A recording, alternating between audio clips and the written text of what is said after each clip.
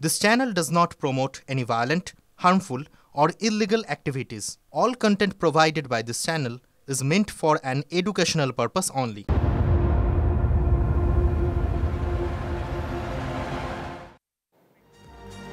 এবার আমরা স্বাস্থ্য ভবনের দিকে একবার নজর রাখি, তার কারণ সেখানে ধর্না চলছে আপনারা জানেন, কিন্তু ধর্না কবে উঠবে সেটা এই মুহূর্তে অত্যন্ত গুরুত্বপূর্ণ প্রশ্ন। মাসকট স্পিন কন্ট্রোল ল্যাবের পরীক্ষায় এটি প্রমাণিত। কেয়াসেট আলোপেক্স পেন্টা অ্যাক্টিভ নতুন চুল গজাতে সাহায্য করে, চুল পড়া বন্ধ করে। Keyaseth alopex penta active 10 hair fall প্রবলেমের একমাত্র সলিউশন।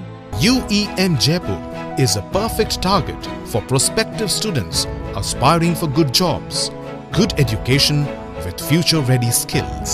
তাদের তরফ থেকে যেটা বলা হয়েছে যে আরও একটা আলোচনা তারা চাইছেন যে চতুর্থ এবং পঞ্চম যে দফা, সেই দফা সংক্রান্ত বেশ কিছু আলোচনা তাদের তরফ থেকে তারা দাবি করছেন। শুধু তাই নয়, তারা ইমেল মারফত প্রশাসনকে আবারও জানাবেন যে আলোচনার মাধ্যমে সেই বিষয়টা তারা এই মুহূর্তে ফয়সলা চাইছেন। 5 দফা দাবির চতুর্থ এবং পঞ্চম দফা দাবি নিয়ে তারা আলোচনা চাইছেন। আবারও প্রশাসনের সঙ্গে বৈঠক করতে চায় WBJDF এবং যেটা আপনাদের বললাম যে ইতিমধ্যেই তারা ইমেল করবেন বলে জানিয়েছেন। আর সেই আলোচনার সে বৈঠকে অনেকটাই নির্ভর করছে তারা কবে ধর্ণা তুলবেন। আমি ইন ডিটেল জানবো এই বিষয়ে আমার সহকর্মী সৌরভ দত্তর কাছ থেকে। সৌরভ,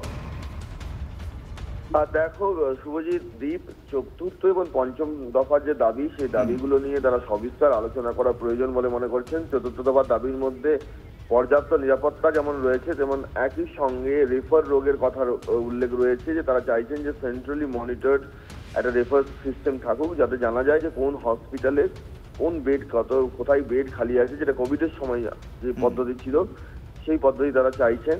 হাসপাতালগুলোতে স্থায়ী কর্মী চাইছেন।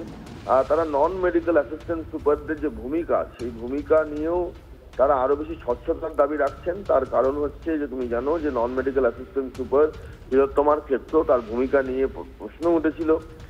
প্রফেশনাল কাউন্সিলার্স এবং প্রিভেন্টিভ এনভায়রনমেন্ট, এই সবগুলোই কিন্তু তাদের মধ্যে, এবং proper ICT internal compliance committee, যাতে সব জায়গায় যাতে কর্মস্থলে যৌন হয়রানি বা এই ধরনের অভিযোগ থাকলে সেগুলো জানানোর জন্য একটা যাতে বডি থাকে, সুনির্দিষ্ট বডি থাকে। এবং পঞ্চম দফার দাবির মধ্যে তারা থ্রেট কালচারের বিষয়টি নিয়ে তারা অবিস্তারে আলোচনা চাইছেন, যে শুধুমাত্র আরজিকর নয়, কলেজে যে পরিস্থিতি হয়ে রয়েছে, এবং তারা যেটা বারবার বলছেন পিয়ার সাইকোসিস, যে কথা তাদের আইনজীবীও সুপ্রিম কোর্টে জানিয়েছিলেন, সেই বিষয়গুলি নিয়ে তারা মনে করছে সবিস্তার আলোচনা প্রয়োজন। এবং কলেজের সমস্যা, কলেজ ধরে মেডিকেল কলেজগুলি ধরে সেই সমস্যার সবিস্তার আলোচনা প্রয়োজন। এবং সেই জন্যই তারা সেই মর্মে রাজ্য প্রশাসনকে আরো একটি ইমেল লিখে সেই আলোচনার প্রেক্ষিতে স্বাস্থ্য ভবনের ধর্ণা মঞ্চ কবে উঠবে সেই বিষয়টি সুনিশ্চিত করতে চাইছেন।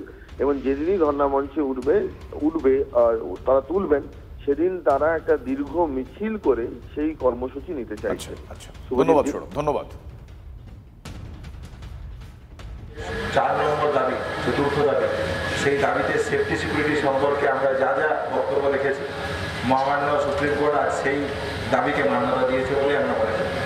তাহলে এটা যেমন আমাদের একটা নৈতিক জয় বলে আমরা দেখি যে আমাদের দাবি কতটা ন্যায়সঙ্গত, যে দাবি আজ সুপ্রিম কোর্টের অন্দরেও গৃহীত হয়েছে। সেই জায়গা থেকেই আমরা বলতে চাই যে এই যে দাবি চতুর্থ এবং পঞ্চম যে দাবি, সেই দাবি নিয়ে আমরা রাজ্য প্রশাসনের কাছে বলতে চাই, যাতে মহামান্য আদালতের যে অবজারভেশন, সেই জায়গাকে সম্মান রেখে আমরা অতি দ্রুততার সাথে কাজে ফিরতে পারি।